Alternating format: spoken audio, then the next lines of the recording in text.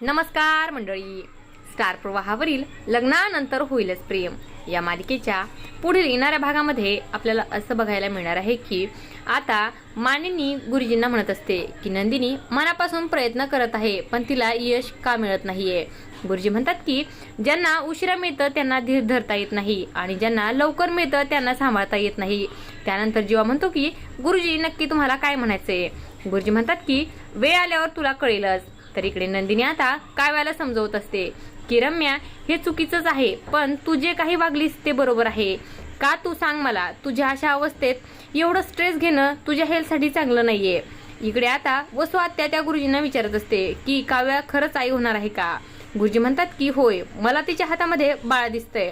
रम्या म्हणते की काय गुरुजी तुम्ही तर सांगितलं होतं ना माझं आणि पार्थचं लग्न होणार आहे म्हणून. तेव्हा गुरुजी म्हणतात की तुझं लग्न सुद्धा मला दिसत आहे. आणि असं काही या भागामध्ये आपल्याला बघायला मिळणार आहे. अशाच मालिकांच्या नवनवीन अपडेट्स पाहण्यासाठी आपल्या चॅनलला सबस्क्राईब करा आणि व्हिडिओ आवडला असेल तर लाईक आणि शेअर करायला विसरू नका. धन्यवाद.